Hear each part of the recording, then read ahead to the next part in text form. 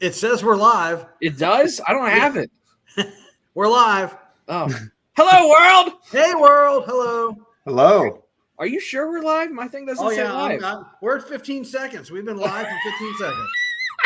We're all going, Technical difficulties.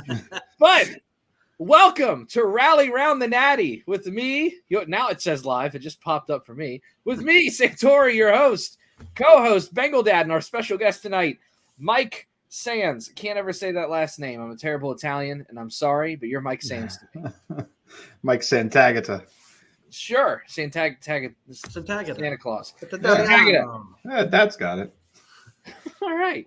So Mike has somewhat of the reputation, if you don't know him. And if you're on the show and you don't know Mike, then shame on you because he has built up much more of a following than we have.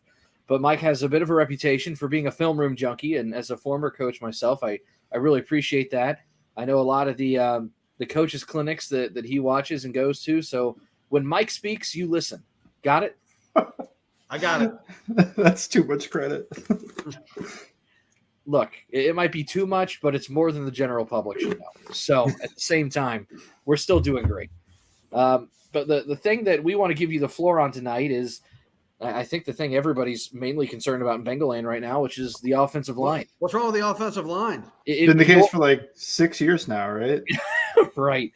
Well, we'll start here. If you could pinpoint one specific area that you could wave a magic wand and fix right now, where would you go with it? Communication, mental errors. I think those are the biggest one. I mean, that's the one everybody keeps posting the same plays of Lalo Collins just not blocking Micah Parsons because he doesn't hear the call down the line. I mean, in the run game, it's killing them because they're just letting guys through. You know, they run zone and one guy gives a stab this way. The other guy's climbing to the level right around him like a trap play or something. He's just like, what? He just goes and makes a tackle or something like that. So there's a lot of that. Less so in the pass game that we can, it's there, but I do think that might be that the right tackle isn't playing up to where we thought he might. And after missing 3 practices from a back injury, we might be learning a little bit more that this might be a little more serious than we thought, although I assume he passed a physical to play here. So, if I could just wave the magic wand and fix, it would just be that they all communicate at like a 5-year vet level. Okay. Pass protection, because that's the one everybody's super concerned with. Well, let me go back to communication. Okay, hold on. How hard is it to get the communication right if you do have veteran players like they have, with the exception of Colson or Volson? I think it is harder than we might give it credit for sometimes, especially because they run that zone system. They might be changing to more of a gap type running scheme, but right now they run that zone system. Kappa didn't run that at Tampa. Karras didn't run that in New England. Volson didn't run that in North Dakota. Collins a little bit, but Collins has his own issues right now that I hope just get cleared up with rest. But yeah, I think it's tough. It should be quicker than as if they somehow just had 5 rookies on the offensive line, which sounds like a disaster. But yeah, when I had Duke Manyweather on It's Always Game Day in Cincinnati, my pod, he said probably about 6 to 8 weeks before they're really communicating at a high level, which doesn't sound great, but I do think it'll get better over time. Like, it's not just going to be this bad for 6 weeks and then all of a sudden they're good. It's just going to get slowly get better. Not linearly, but you'll see steps probably starting this week, hopefully. You know, I was going to say, do you think this week is a week that they should take some steps? Because, you know, on paper, the Jets are not posing the threat of Watt and Parsons and Highsmith. No, but I do look. They're sneaky good, but they're not, well, here's the thing, though. I almost think this about like every NFL defensive line because they've all got somebody who's like, yeah, that guy's good. You know, like they've all got some college all-star. Like what Quinnen Williams was like the 5th overall pick. He's good. Shocking. He's just not T.J. Watt or Micah Parsons.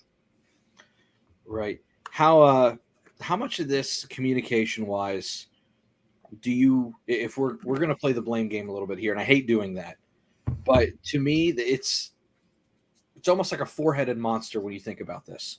How much do you think goes on Zach? How much do you think goes on Frank Pollock? How much do you think goes on Callahan? And if we're going to, keep going down the line, literally, Karras, the center.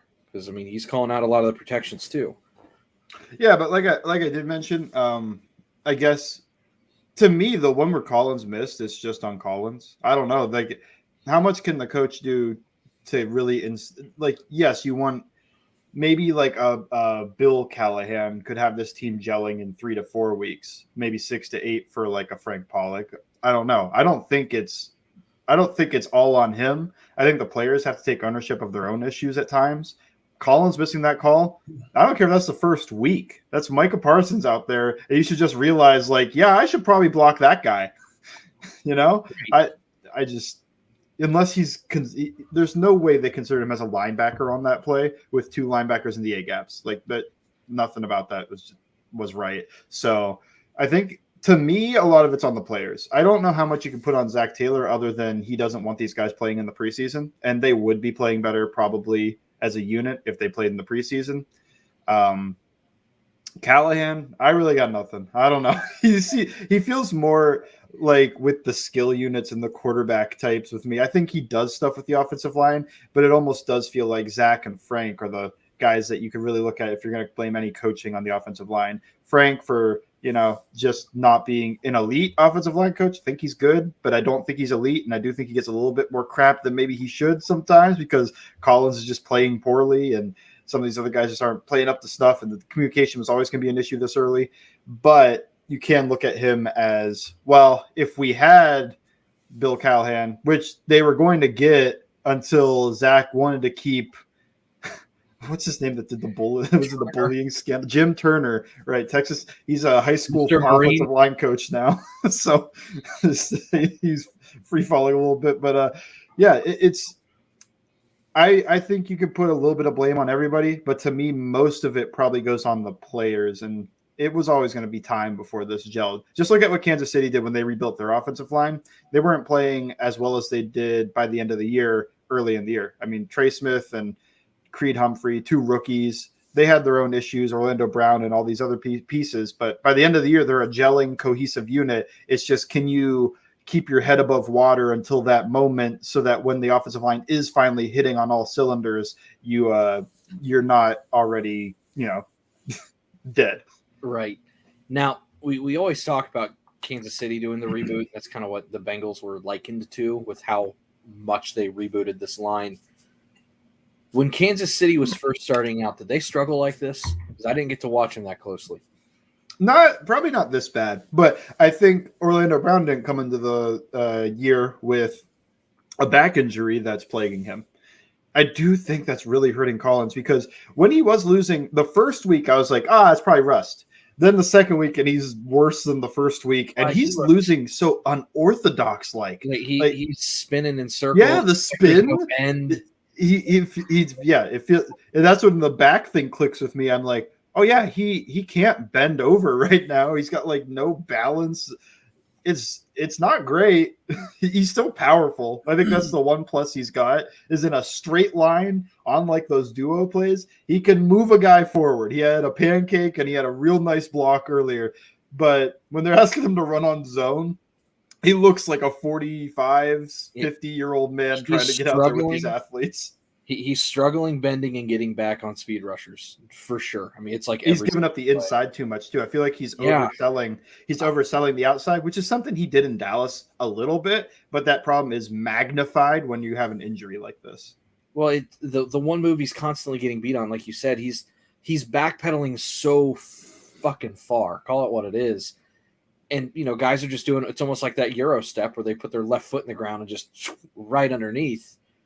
And it is also Micah Parsons and TJ Watt. Like, we probably don't think he's terrible if he goes against, like, whoever's for the first couple weeks. Yeah, I mean, if he's going against a player with the caliber of – and I don't mean this disrespectfully, but this is a number 2 guy for a lot of teams, a Khalid Kareem – I don't think we're having a whole lot of conversation right now. I think it's still bad, but I mean, and this is my take on it, just from what I see.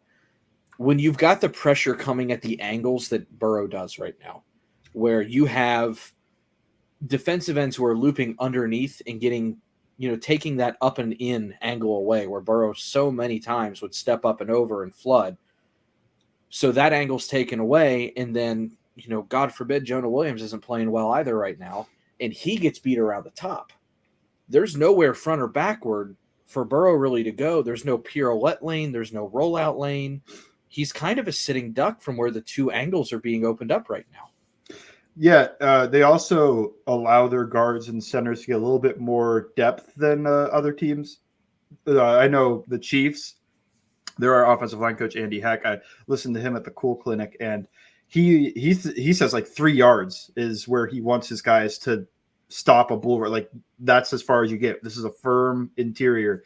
The Bengals guys will get to 3 yards in their kick, before anybody hits them sometimes. So, and like there's a pro to that. Like, that's not just bad. The Buccaneers have done it with Tom Brady, but Tom Brady is also a 25 million year vet that when he steps in the pocket, he has no issues like feeling confined in that space. And he's never trying to really escape up and through. He's just a little step here. I'll throw through a dead body and get this on its way. But the pro is basically you can pass off games and stunts easier. And for an offensive line that, doesn't have the greatest communication right now, that probably does help them, that they can, get a little extra depth, pick up blitzers from depth, do all that type of stuff. The issue is when your offensive tackles are both getting beat, you now can't step up as far as you want or create plays. And I would also say, I think teams are really scouting the Bengals because they went to the Super Bowl. So they are watching Burrow and they're like, okay, Micah, I want you to try to really win inside. I want you to win inside, make him feel like he can escape to the outside. But that's why we have that defensive tackle around the outside. The Cowboys ran one of my favorite front stunt combo. One of my favorite stunts is what Georgia did last year called odd mirror 5, which is just odd front. So you get a guy over the center, head up, mirror. So they have a spy. This was Leighton Vander Esch, and 5 is Sabanese for cover 2 man. So you have that. And then what it is, the cool part is it's a watch me stunt. So Micah Parsons basically does whatever he wants, and he's going inside on Collins because why wouldn't you? And the defensive tackle watches him.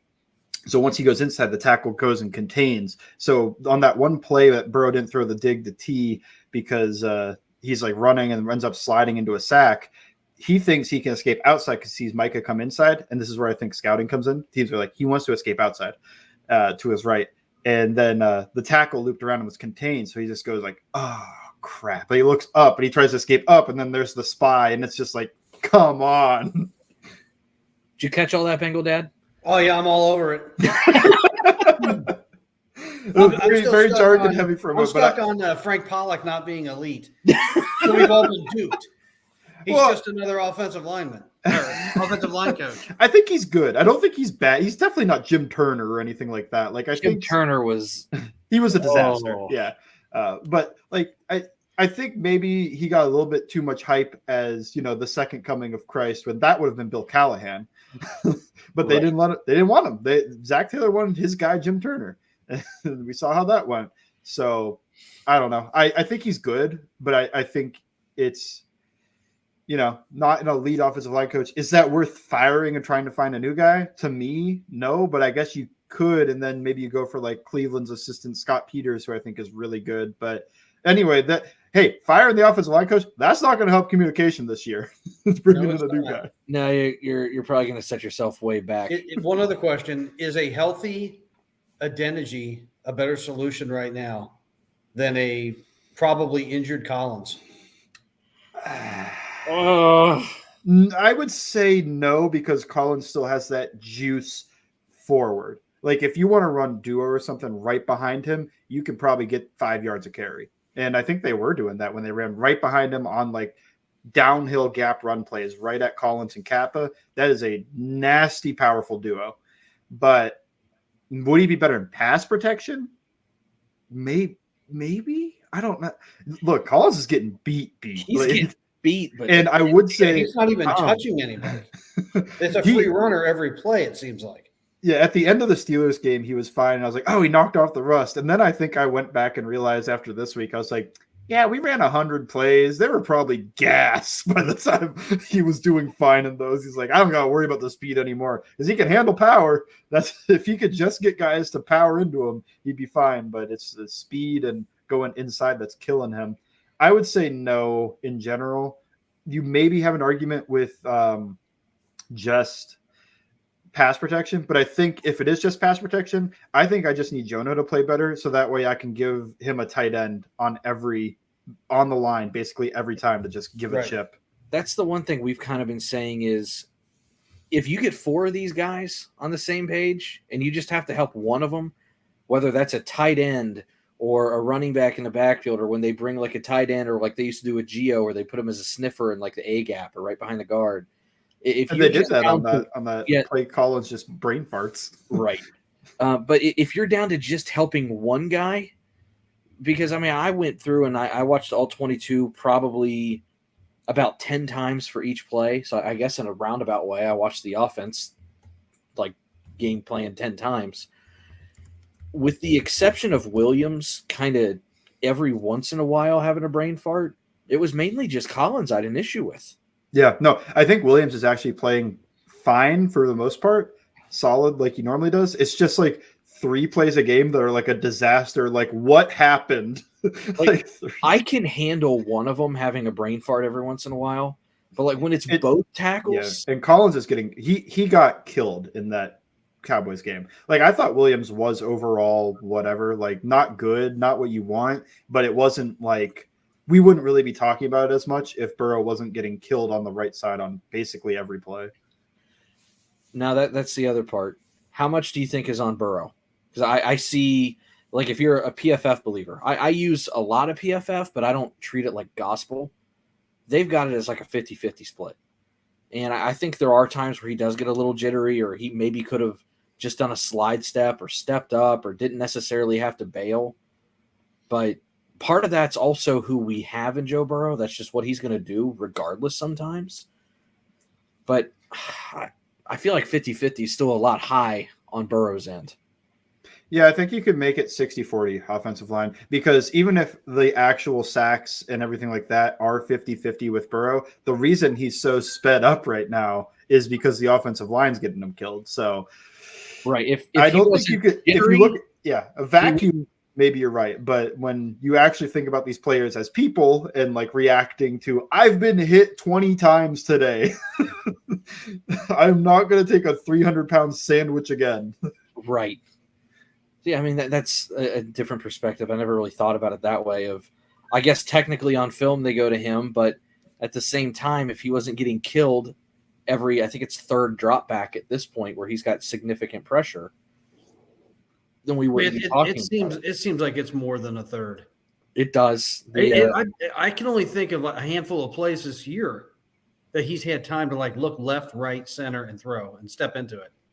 He hardly ever gets that opportunity. And that's the issue, is when he does get that time, it feels like he's sped up from the offensive line, because he's been hit so often that when he finally does get that, it's like he doesn't expect it. He's like looking around like, all right, who's coming? Who do I have to avoid? Well, he's seeing ghosts. Yep, a little bit. And They're worth probably 5 plays that I saw on film where he did have a clean pocket and just bailed.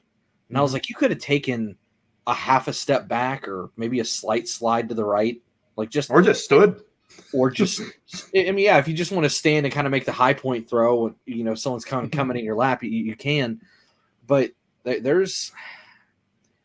for as much as everybody said this is the guy that can't be phased, and we kind of knew that wasn't true. Everybody can be phased at some point. He's there. Now the issue is, and this is my next question for you: how correctable is it? And is this going to be something that we get to week 6 and we're still like, we're in it, or are we dead by then? It's correctable, because he had this a little bit last year at the beginning of the year with his knee and feeling like, I can't throw through the bodies on the ground. I can't weave through everything. He had a bunch of bad sack attempt escapes where he would spin and just get brought down anyway. So it's correctable. I think really what it is the offensive line has to just earn his trust again. And I think also Taylor and company probably need to get more quick 3, quick game type stuff going, double slant type stuff, just stuff that's quick to beat, these 2 high looks they're seeing, which cover 2, throw it underneath, put that one of those linebackers in a bind and throw it where he's not. That's basically what they should be doing real quick. Is just 8 yards, 8 yards, 8 yards, just manage their way down the field. and I know that's hard to live like, but then once they finally creep up, you hit over the top. This just sounds like basic football type stuff where get them to come up and then hit them over the top. That's high school stuff. It just seems like even on the quick stuff, they don't have enough time. And I know part of that's because Burrow's sped up too. And this is one of those things where, again, I reference Pro Football Focus because that's where I get a lot of my numbers. Because even if you don't necessarily agree with the grades, I agree with the numbers they put out with in terms of percentages, and this is a pressure and this is a sack. So I go off of that stuff more than I do the actual game grade because that stuff, depending on sample size, isn't always the most accurate. His time to throw, the pressure rate that he experiences is right smack dab in the middle average in the league. And it's right at about 32% right now, which seems way high for the league. And it also kind of seems light for him. Mm-hmm. But if the league is truly at about 32% and he's hanging at 33 to 34, there should be a little bit more production, you would think, with a quarterback like Burrow and receivers like we have. Yeah. And, you have to also keep in mind he's facing blitzes at like the 4th lowest rate in the league too. So the pressure is coming from just 4 every time. So I think that's I guess a little that's bit of different. context. There's not necessarily a hot read to really go to. That too, yeah. But I think that's like, what does Pro Football Focus categorize it as when you throw it hot, but the guy's free coming at you? Is that categorized as a pressure? Is that categorized as hurry? Or is that just, whatever? I don't know. I'm not a PFF guy. I'm not a grader or anything. So, but that's something to also consider is teams are getting significant pressure with 4. So there's going to be 7 guys essentially covering 3 and 2 checkdowns with the way this offense is ran. Because they don't really stretch it with Hayden Hurst too much, and I don't think I've ever seen Mixon run more than 3 yards downfield, not in this offense anyway. So, I mean, if pressure's really coming and there's no hot read, it's not like it was last year. And I had somebody ask me about this. Well, they were still hitting bombs and stuff. Well, you're not getting one-on-one with Jamar Chase like you were every 5th play. Oh, yeah, he's getting treated. He's getting the elite wide receiver treatment now. Right. So they're bracketing him. They're flowing to Boyd underneath. They're doing what they can with T. And if it's not, and I hate saying this because it sounds like it's a Zach Taylor problem, but if you're not going to try and at least compensate for the fact that he doesn't have a hot read and they're really trying to take away Jamar Chase, he is going to be back there like a sitting duck. And the pressure is going to look a lot worse than it is. I do think some of this could be masked a little better to a degree. Yeah, honestly, though, bringing up this is all a good point because while Chase is getting that elite wide receiver treatment, we love T. T could be the key. He got injured week 1, and I think that really hurt the offense. When they finally started clicking, they didn't have their big guy. And he made a few plays early on in that game. Actually, by EPA per play, Ben Baldwin stats, he was the best wide receiver that day, which also, if Jamar Chase's shoe was a half size smaller, he would have had like 3 touchdowns. So, or if they called the one correctly, he would have had 2. Right. So I think I love T over the intermediate middle of the field. I think that's a place you can attack because they keep seeing these cover 2 looks when they get in shotgun, and it's hard to throw on cover 2. It just is. You're going to play a lot of coverage underneath. You got 2 high safeties to take away over the top. Where does that leave? Intermediate middle against the linebacker. I trust T in that situation 10 times out of 10. So I think he's kind of the key to just really get these teams to stop trying to play so high and over the top. Boyd a little bit too. Chase is going to be Chase. He's going to get open. He's going to get yak. He's going to do his thing. He's going to be a great wide receiver. But you might want to game plan a little bit more with T over the middle of the field as one of these big moving targets, because that's how they did well last year when they faced all this cover 2 was they'd get T on a dig 15-yard in route and Burrow would hit him in stride because he's awesome at hitting middle of the field intermediate route type stuff. Now, the one thing I keep seeing this week, and this has driven me insane, and I know Dad's seen it too because he's the one that kind of brought it up to me and sparked a 6 a.m. 3-hour research project for me. There are some people that believe the line is significantly better this year, and on paper, thank you. And I think physically, right? But in terms of actual production and giving up pressure, yeah, they're worse. I'd It say is not- probably it's about the not a same. whole lot. I don't know if I could go with Here- worse. Here's the thing. So I went in again using PFF numbers here. Through 2 games last year, and this is all just through 2 games. Now, granted, the pass rushing specialists that they faced through 2 games last year, little bit of a drop off from this year. Pass rushers from last year, the offensive line was credited with 16 pressures on 68 pass blocking snaps. Now, technically, you could run a quarterback draw, and that's still considered a pass blocking snap, depending on the way that they drop back. It's just the way that they do it. I don't agree with it. I will say I don't know how many draws they ran in those first 2 games, but Well, I went and made sure I calculated draws in that number, and it added up. So I was like, okay, they're counting all right. draws. They're counting draws as a pass blocking snap. I don't agree with it, but they are. So 16 out of 68, it's about 23.5%. And I think it came out to 1 pressure per every 4.25 dropbacks.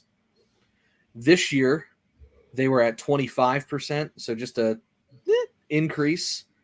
And it was 1 out of every 3.9 dropbacks. So if you want to look at it from a percentage value, it's about 8% more pressure over the course of everything.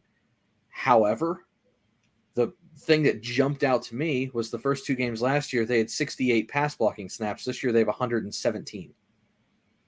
So it's the same pressure rate with almost twice the amount of dropbacks, and we wonder why it looks like Burrow's getting throttled. The line's about the same as it was last year, and this is one thing that should encourage you.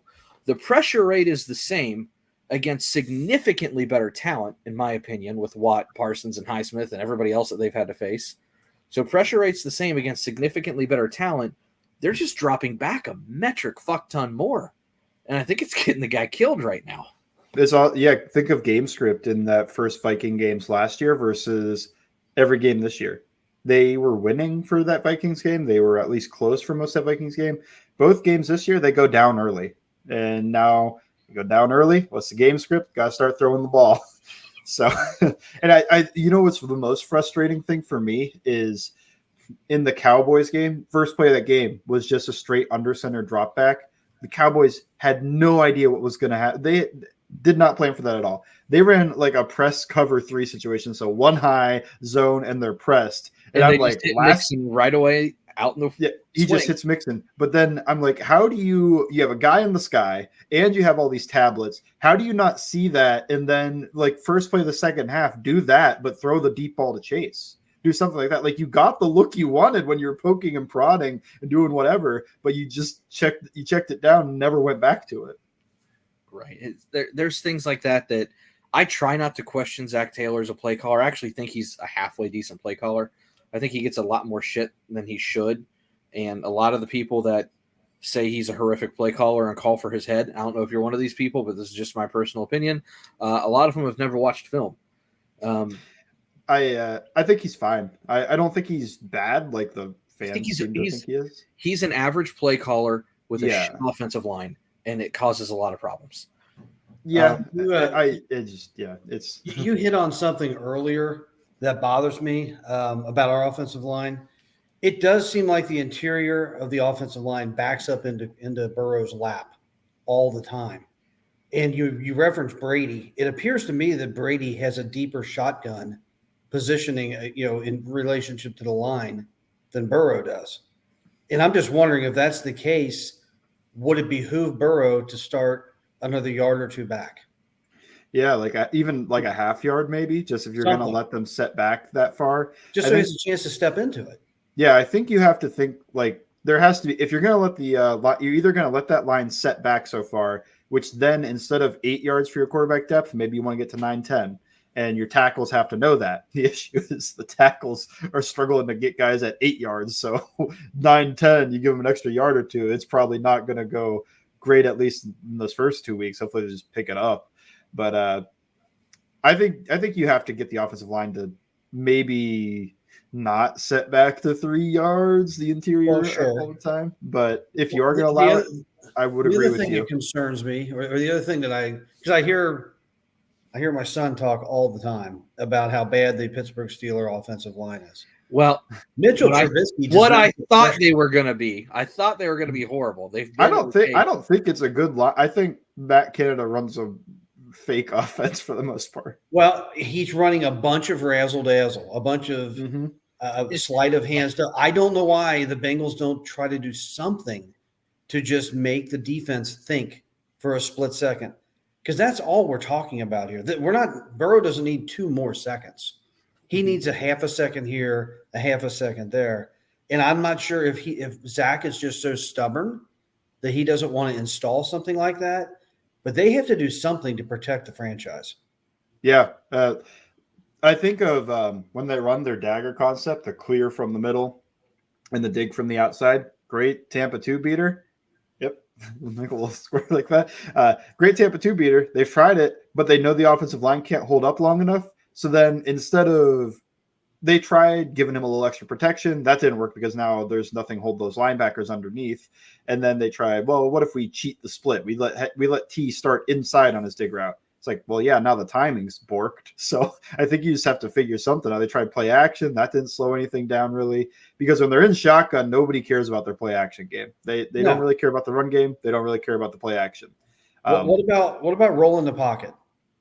The issue is whenever they do that, I don't know if it's like a Burrow play action issue from under center, but when they try their play action boot game, he gets killed like every time when he runs that. I think I've noticed that. There has to be something wrong with that, because I see every team in the NFL do that, and then their quarterback seems to have an extra 2 or 3 seconds. I just don't think they believe they're going to run, because a lot of times they do it with, if you're going to run a boot, a lot of times the boot comes back toward the quarterback's throw hand, because running a boot. I would like a lefty boot. A lefty boot is a little bit harder, but the issue is the Bengals are horrific at running left. So I don't think anybody actually buys it when they do a stretch. They also had a terrible tell in week 1. That jet motion they ran every single time. I think when they ran it and they ran wide zone, it was to the run side. So when TJ Watt killed that one run play for like a -4 loss, jet motion came his way. It's the second half. He's seen this the whole game. He just killed Collins. Yeah, and Collins isn't Collins right now. That's part of the thing is people don't buy when the Bengals are faking.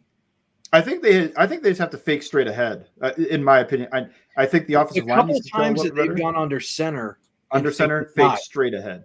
Yeah, when they've faked it through the A gap, they've been okay. When they've faked the dives, it's fine. But the other thing is, they'll fake a dive and hit someone over the middle for 15 yards, then we won't see it for 2 weeks. Yeah, they just don't get back to it. Why? If you got the look you wanted, the linebacker's a bit hard. What are we doing here?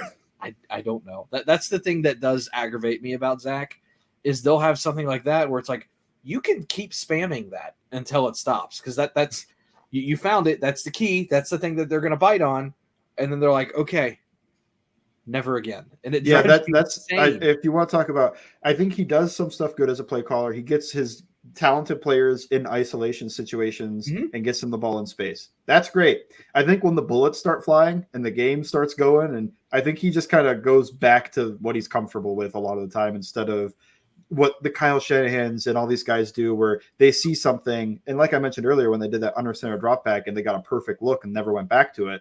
It's like that when they ran that under center duo play action against the Steelers. They got a chunk play. Well, what about perfectly?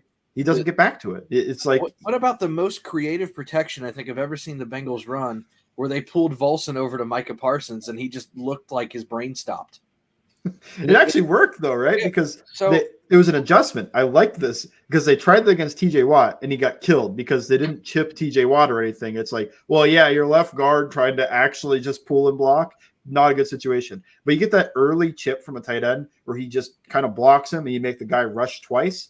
That works a little bit. And you want to pull. That was probably the most time I've seen Burrow had this entire season. Granted, it's 2 games, but that, I don't know if you remember the play, but wasn't it? It was either Sample or Hurst. Can't remember how early it was, but they chipped Parsons. I believe it was Hurst. Tight end. They kind of manned him up with the tight end, and it slowed him up enough that Volson pulls from left guard, gets all the way around to the right tackle side, and then he really doesn't even have to block. He just kind of mirrors him, gets in the way a little bit. There wasn't a whole lot of contact there, and Parsons just froze. He had no idea what to do. And you're calling that the most creative blocking scheme. I think you're forgetting the 2-point conversion where they full slid and left P. Ryan on an island with Micah Parsons. And he held up. That's not creative. That was suicide. And it worked. I was playing Rush Roulette, 5 bullets in the chamber, and they got the one that was blank. They were like, let's try P. Ryan. This will work. And it worked. I don't know if he thought like, oh, P. Ryan's going to go out into the flats or something. And he's just like, he's not. But I mean, that's the kind of stuff we do talk about, though. Like Dad had just said, if you can get someone to hesitate for half a second, like Parsons on those 2 plays was just, you could tell he stood up and he was like, wait, what? And he had to think about his assignment. Yeah, TJ Watt. I do that, it's over. I think that's harder with Watt just because he's so experienced. But a guy like Parsons has been in the league 1 year. So, like, you could do that to Parsons, and they didn't really do it that enough for me. You know what else is, just to get off topic and bring up a new one? I think they could be more creative in their personnel usage. I think they could get out into they love 11 personnel more than anything in the world. And they probably still will next week because now Sample, the only other guy they would ever bring in, is hurt. I think you could bring in and give one of your guys a breather, bring in Stanley Morgan. It's still 11 personnel. Run it like 12. Just put him tight to the line. You could run behind that guy. He's a good blocker, man. Like, I'm fine trying to run behind Stanley in this. Here's your thing with personnel that kills me, though, is every once in a while, and I get excited when they do this because for the most part it's wildly successful, is when they'll come out with I guess it's a 31 set where you've got 31 or 13, forgive me, where you have 3 tight ends and 1 running back. They basically got an 8-man loaded line, 13, and then it's just Stanley Morgan on the outside. And I'm like, well, now I'd be willing to bet the house this is a run. You got to keep Chase on the field when you have Stanley. Like, I guess you could keep T too. Like, Pete, one of them, respect T. You got somebody 3,000-yard receivers, and you took them all off. You can't take them all off the field and bring Stanley in. Like, that's not what I'm talking about. I'm talking about giving Boyd a breather, bringing them in tight a little bit, giving Boyd a breather, bring them tight, and if they want to play these light boxes, heck. Stanley can block linebackers. Like, that's not out of the question. At least he's in a good position. So I wouldn't trust him one-on-one with an edge rusher. Let's not get ahead of ourselves and Drew Sample. Put him on Sample Island. Jesus. Put him on Sample Island. Should have been P. Ryan on that one-on-one. Yeah, it's just like, I think you could get creative with the personnel they have. They don't really use Stanley besides those obvious run plays. It's like, get some play action with him. Teams are probably seeing when he comes in, they go, run. All right. Well, the other thing is they're probably going to load the box or at least have some kind of variation to cover 3 or man to the isolated side. If you wanted to run a go route and give the guy one chance in his life, that's the time. Like, well, that's why I'm saying or at least some keep Chase out there. You bring Stanley in and maybe even go 12 or 21 or something with Stanley. And now your only really viable receiver is Chase. But hey, what I would probably do is do Chase one side, Higgins on the other, and then bring Stanley in. And then if you're going to get the cover 1, cover 3 look, single high, leave these corners on an island. I don't know what you want and what more you want. Throw that to Chase or Higgins. Let them go be. Here's the other thing. Let's say you run the 3 tight end look with the running back, right? And you keep Chase out wide. If they want to load the box and go cover 3 or man on the backside, I'm going to throw that every single time. I know. I don't care if it's 4th and 1 or 4th and 50. I think they overthink it or maybe underthink. I don't know. One of the two. With they're probably the processor's not there when I'll go underthink. I think they don't think enough about it because they probably just think, okay, we got to run it situation. Oh, sorry. We got a run it situation. And Chase, come off the field. I know you're playing like 90 snaps this game. We want to give you a quick breather. And then they don't think like, oh, this would be the perfect situation for Chase to get his breather next play because they're striking up the band. Right. Now here's I got one. How about this guy? Go okay. Jump in what the first talk, Bengal Dad. Jump in. The water's fine. Evans. Where does Evans fit in other than doing this in a football game? I just don't. He should be playing for the Jets. That's all he does.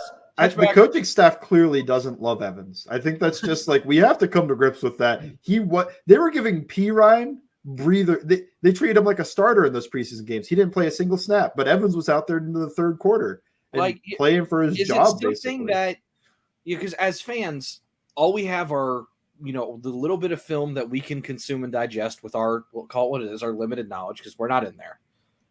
That's what we've got on top of like YouTube highlights and Madden, and he's great there. But I mean, is it a class of personality thing? Is it he's not getting the playbook thing? He's great at touchback. Like, my working theory is they don't really care about having a playmaker running back in the passing game. They want that guy to pass protect more, and that's why Perine gets so much run. Because you've got Hurst, you've got Boyd, you've got Higgins, you've got Chase. How many playmakers do you need in the passing game? Evans is the guy. If you're going to have a guy that take a 2-yard check down, 10 yards, 15 yards, again, make a big play it's out like of they it. ran that fade against Detroit, and then they never went back to it again. Again, they're just not thinking about that. They're thinking, well, Perine's in there for pass protection if we need him, if they bring a weird look. And then it's like, he's running the fade now because that's just where he is. I say this tongue in cheek because Mixon has done, a decent. I think he's leading like the NFL and like receiving yards for a running back somehow. No one anticipated that. But I think that's more out of necessity from Burrow going, oh fuck every 10 seconds. Get rid of it. And this was a cool design they had. We talked about that A-gap fake. They ran that duo fake into a running back screen on the opposite side. It worked really well. The offensive line sucked on that play. Like one guy got blocked downfield, but it was so open. He just took it like 15 yards because that was the first time somebody came in to contact him. So just there's stuff there. You got to get to it more. And we're probably not criticizing them so much if they had a healthy long snapper week 1.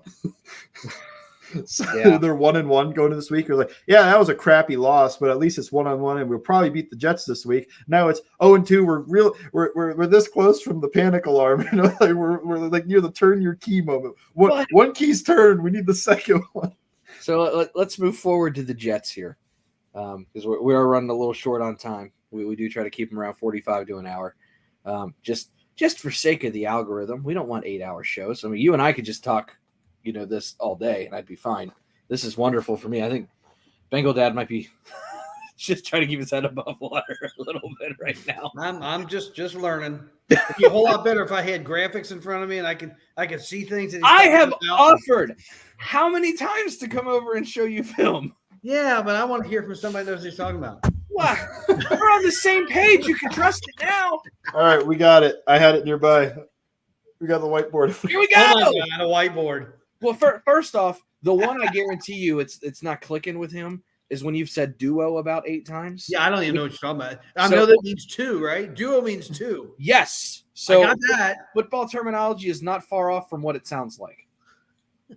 So I'm just gonna no wide receivers or anything. We're just gonna draw out duo real quick. So under center, got it looks like it says "ooh boy" to me. Ooh boy, that's right. Yep, that Ubi. That's what your we call Y it in the is film your room. Ubi. Student gets a normal look here of probably gonna do this tackle. Yeah, you need to talk to me like I'm about 9 years old. Okay. And I'm gonna get this. This will not be hard. Just a generic. We'll even not have this guy in the box. Yeah, take it. Let's make four-man front. He's outside the box. What you're going to do is your running back. You've already stumped him. He's outside the box. It's like reading music for me. I'm like, What it is it's a way to get 2 double teams on the tackle and the nose. Am I paying attention to I'm paying attention to the offensive line here, right? Yeah, right. the okay. boys. The boys. Yeah. QH doesn't matter. All right, here, I just put guys in a situation. I'll help. I'll put this in Bengal Dad terms. Do you see the square? I don't know, but I like the way his ring is making a perfect pocket for Burrow. That's to light up my face. Yeah, I know it. Do you see the square? You see the square? That's where it starts. The square. There's the center. The center, right? Yes. Q's the quarterback. H halfback. Yep. Y tight end. Y's your tight end. Don't know why they did that, but both the tight end and the backside tackle are just going to block the ends. Yeah. Then you get 2 double teams in the middle, and then those double teams. The problem is our 2 guys on the outside aren't going to block those guys. They're going to let them run in. That did You're happen. Not wrong. Once. That did happen. So you just get those double teams to the second level. Running back reads the Mike linebacker and makes his cut off of him. If he tries to go stay inside, then he can bounce that. But if he tries to go outside because he reads this as zone or something, or linebackers, they don't make the reads that we all think they make every time. That just goes right up the middle. And if they stay there and the double team gets there, also up the middle. So it's just like a power play when you don't pull a guy. You just get the double teams and you're moving forward and you're just pushing forward like that. That's that the must whole have been point a of running play. Yeah, yeah, If you're saying pushing forward, that's a running play. that's a running play. Unless it's an RPO. You could run duo RPOs. You can, and I don't know if we have the personnel for that, but we can try. It's slow plays enough. I think those double teams, especially when you don't have an offensive line that's going to move them back 3 yards on the snap, they're going to struggle to push them a little bit. You could run a duo RPO off that. You got time. Wow. You okay? I'm good. I think I need that screen where somebody clicks it and the guy's going back and forth like 37 times before they actually get to run the play. Then it's like, okay, I think I'm getting it. I always used to make fun of coaches when they did that. I was like, can we just run it back? And then when they were in the film room, they're like, well, you got to see this frame and then this frame. And then by like my 4th or 5th year coaching, I'm doing that where I'm going back and forth like 47 times before like the play's even gone 4 yards. Right. And I got a bunch of freshmen in there going, we've been here for 10 minutes and the running back just got out of his stance. Like, there's a lot to look at. But moving forward to the Jets,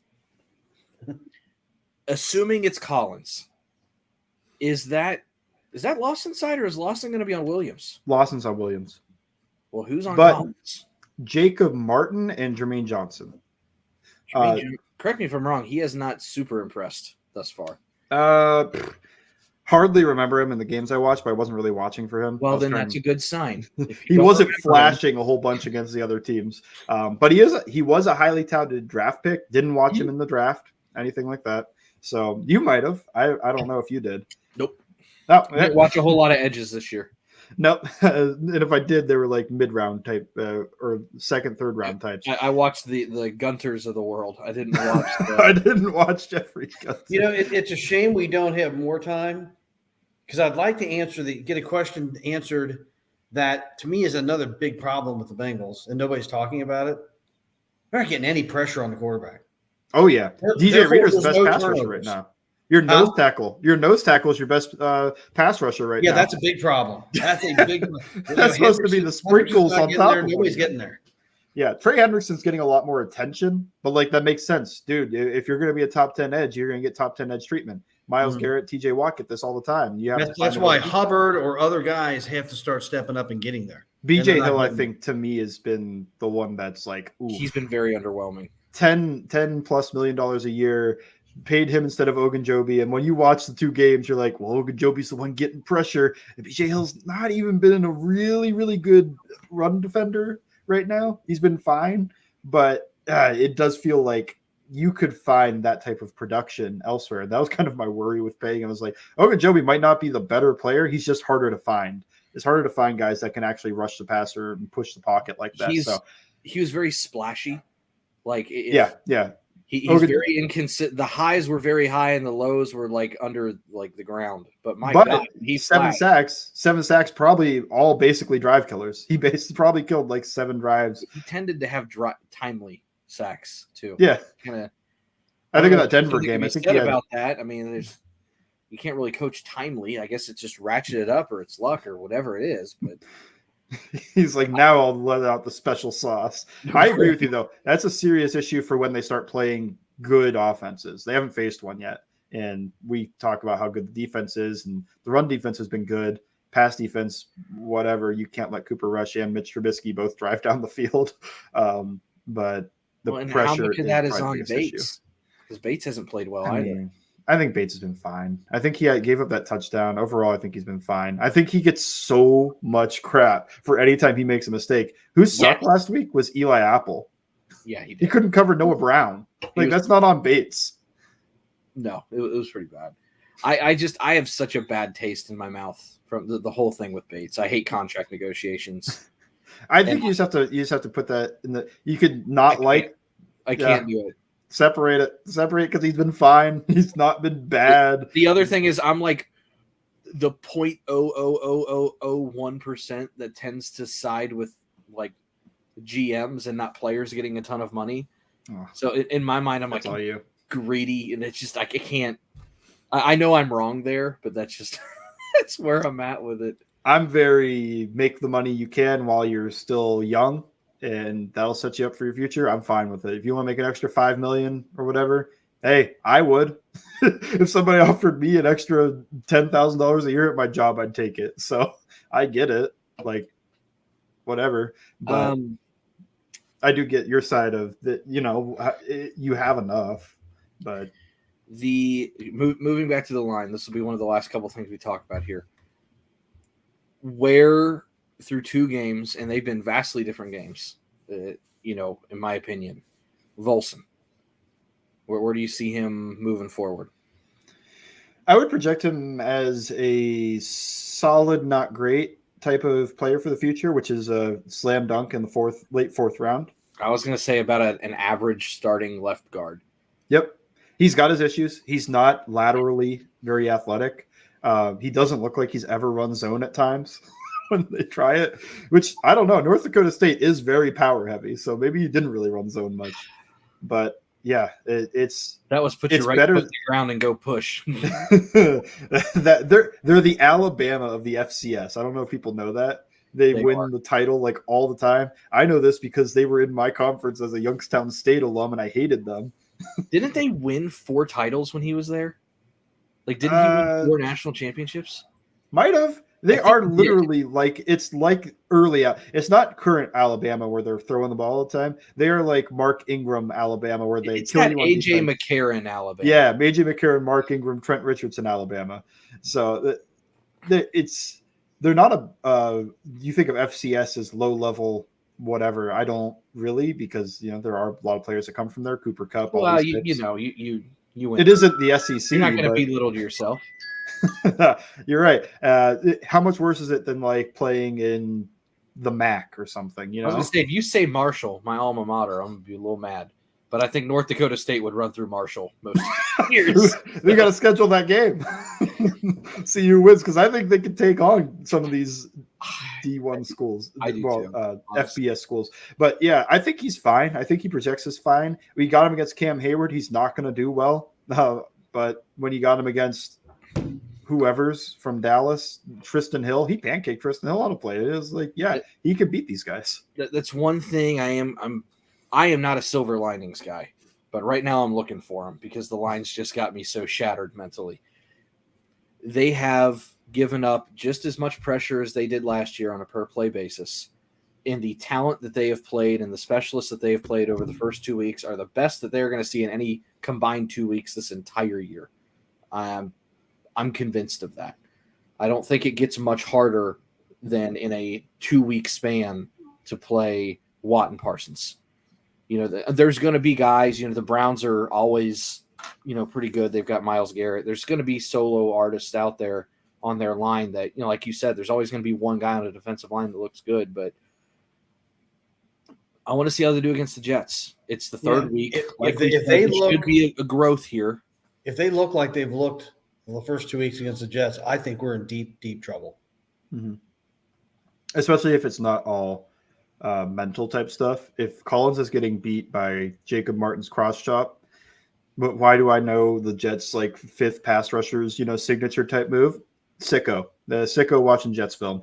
But he likes that cross chop. He likes to win to the inside. Not great for Collins. But if he's getting beat by Jacob Martin like that, I think we really have to think about shelving him until he's healthy, or he's just not going to be the guy that he was in Dallas. And you got to already start looking for solutions, because that is something that can't happen.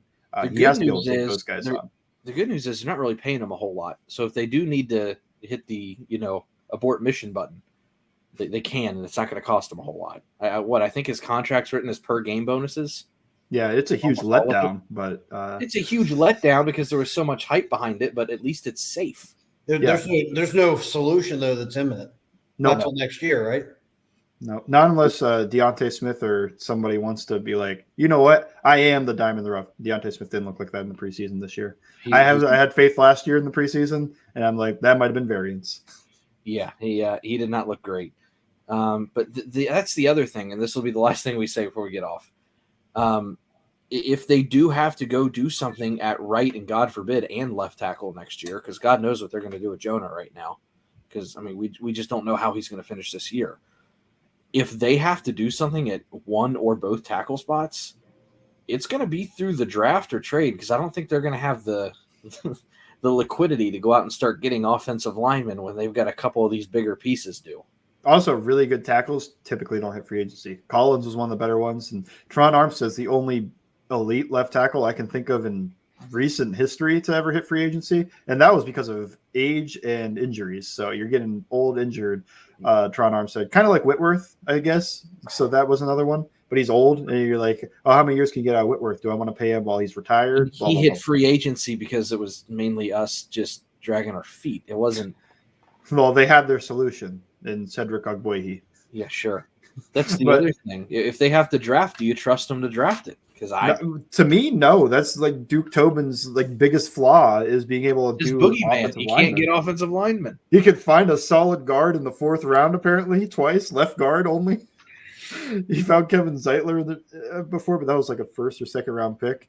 But yeah, finding Clint Bowling and then maybe finding Cordell Volson as like solid, not great left guards, but doable.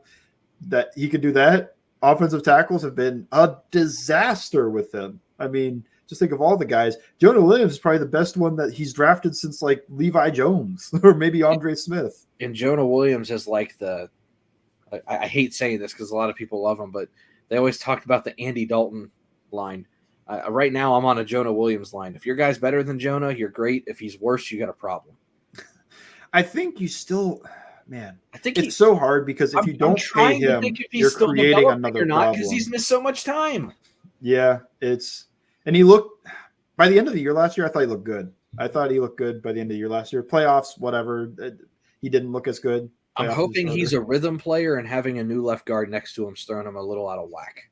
I think there's a couple plays it does, but it is also you can't get beat by Alex Highsmith 4 times in a game for 2 sacks. Right. So I don't know. What I think is I probably wouldn't try to create another problem for next year. If anything, my guess is you just franchise tag if you don't want to give him the long-term deal and try to figure it out that way, because you might have to figure out the right tackle. Hopefully one of those two just starts playing better and you feel comfortable with them next year. Because, and I do have some faith that Jonah Williams turns it on and he becomes solid at least, so maybe even pretty good like he was last year. He's not there right now. Don't know why. He didn't miss any training camp. He didn't miss any of that. Could just be preseason rust. Games are different. Whatever. I'm giving him excuses. He just needs to play better. So I think he can get there, and then you don't feel like you have a problem on that side. The question of money of left tackles are paid a lot of money. I mean, the Cam Robinsons of the world get like $19 million a year. And Jonah Williams is probably like a Cam Robinson of the world. So do you pay him like $19 million a year? Because he'll probably get that on the open market. Everybody's going to shake their head no. Now you got to figure out left tackle. That's not a great problem to have. All right. Well, I appreciate you jumping on here with us tonight. Absolutely. Bengal Dad, hope you learned some whiteboard talk tonight. I heard a lot of stuff. Can't tell you if I learned it, but I heard it. Well, here's the deal. And I think, Mike, correct me if I'm wrong. I think you and I are kind of on the same page with a lot of things. Yeah. I think he's better at vocalizing it, but I think we see a lot of the same things. He has a lot more of the technical terms. We'll put it that way. I just say things like the doohickey over there is not doing its job right. And he'll be like, yeah, that's the duo thing. But duo is working. They should just run duo. But we really appreciate it. Hopefully, Bengal Dad listens to me a little more at home now. When I tell him I want to show him something, he can trust me. And I've thought that in reverse my whole life. That you would listen to me about certain things. Listen, did you want me to go to college? Not really. Did I go? Yeah. Here we are. All right. Like I said, I appreciate it. It was fun having you on. Hopefully we can do this again sometime under better circumstances with some better film and in a better record. In a better record. Do you have anything you're working on or want to promote? I know you've got your Just it's Your always game. Cincinnati show. Yeah, podcast. It's always game day in Cincinnati. Check it out. Me and Lindsay Patterson 3 times a week right now. All Bengals. Just follow me at Bengals_Sands on Twitter, and I'll promote all of those articles. So usually get a film article. Usually get a preview. Didn't do one this week, even though I did watch the Jets film. I didn't get a preview out because it was just busy, and also, who cares? Like I did think like I'm gonna put in like 6 hours, and nobody's gonna care about this Jets preview because they're 0-2, and they're just be like, well, the Jets are the Jets. I don't really care. But and then the big one's just the film one, and then sometimes you get a preview for. That's my DJ Reader pass rushing. If you get that, that's the cherry on top. All right. Is there one last thing? Any sneaky good player for the Jets that nobody knows about that you found that we need to be on alert for? So Quinnen Williams isn't sneaky good, so I'll leave him off. We know Carl Lawson. John Franklin Myers and Jacob Martin are both pretty good. I think Franklin Myers more as a run stopper. Jacob Martin can just flash as a pass rusher. I mentioned it earlier. I do like Jacob Martin, and I could see him beating Lyle Collins for a sack because he likes to get inside with that cross chop, and that's just something Collins is not doing well right now. So that's what I am hoping doesn't happen, but could happen. Also, the Jets have pretty good wide receivers. Not Denzel Mims. Is he playing? It's Corey Davis, Elijah Moore, all these guys. Hey, when everybody thinks they can run the team better, I always think back to how many people want Denzel Mims over T. Higgins. Not me. I was screaming against it. All right. Well, hey, Mike, thanks for joining us tonight. And as always, we like to scream a big, loud hooday to get off of here. Dad, you going to lead it? Hooday! Hooday! Deuces. See ya.